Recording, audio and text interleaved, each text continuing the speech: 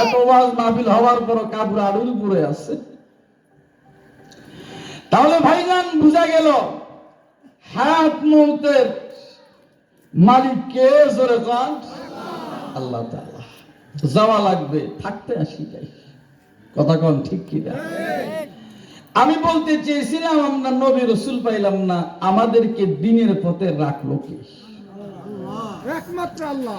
আল্লাহ রাখছেন, কিন্তু রাহাবারি করেন কারা?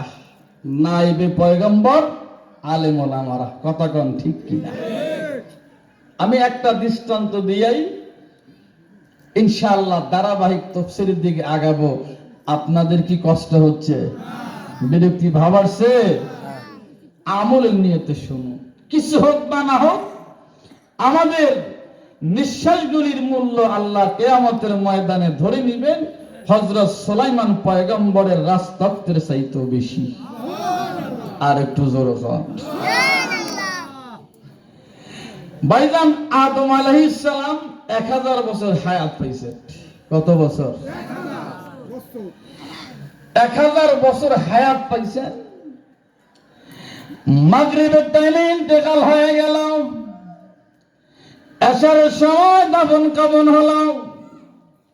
উম্মত আদম পয়গম্বর নবীবিহীন মাত্র একটি রাত্রি যাপন করলো। ফজরের নামাজের পরে ওনার সুযোগ্য সন্তান হযরতে শীশ আলাইহিস সালাম লা ইলাহা ইল্লাল্লাহর পতাকা উড়াইয়া দিল। ওনার সুযোগ্য সন্তান শীশ আলাইহিস সালাম 1000 বছর হায়াত পাইলেন। উনিও মাগরিবের টাইমে ইন্তেকাল করলেন। ঈশার নামাজের পর দাফন কাফন হলো। উম্মত নবীবিহীন মাত্র একটি রাত্র যাপন করলো। ফজরের নামাজের পরে ভাইজান হযরত ইদ্রিস আলাইহিস সালাম লা ইলাহা ইল্লাল্লাহর পতাকা উড়াইয়া উম্মতের দায়িত্বভার গ্রহণ করলো। ইদ্রিস আলাইহিস সালাম অত্যন্ত জলিল কদর পয়গম্বর ছিলেন। খেয়াল করেন, খুব মুহাব্বতের পয়গম্বর ছিলেন, আজিমুস শান পয়গম্বর ছিলেন।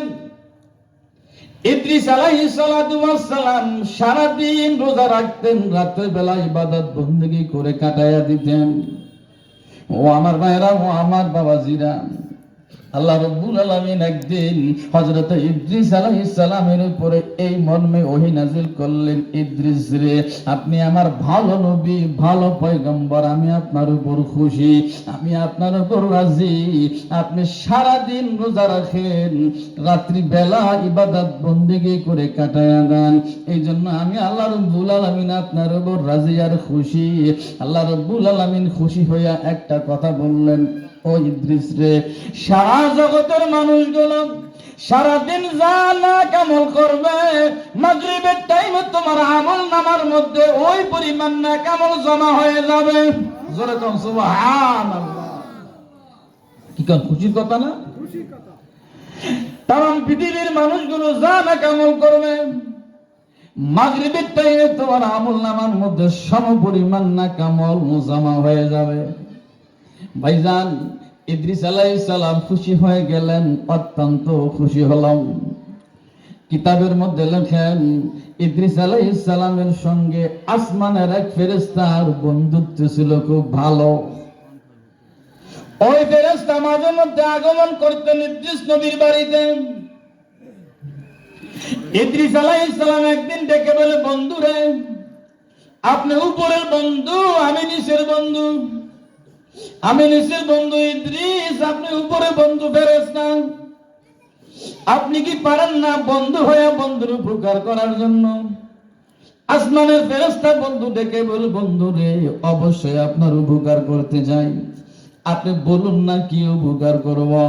ইদ্রিস আলাইহিস সালাতু ওয়াস সালাম বাবা ডেকে বলেন, ওগো আসমানের ফেরেশতা বন্ধু আমার, আল্লাহ রাব্বুল আলামিন আমার উপর এই মর্মে ওহী নাজিল করলেন, সারা জগতের মানুষগুলো যা না আমল করবে মাগরিবের টাইমে সমপরিমাণ না আমল আমার আমলনামার মধ্যে জমা হবে। এই জন্য আমার হায়াতটা একটু বাড়াতে চাই।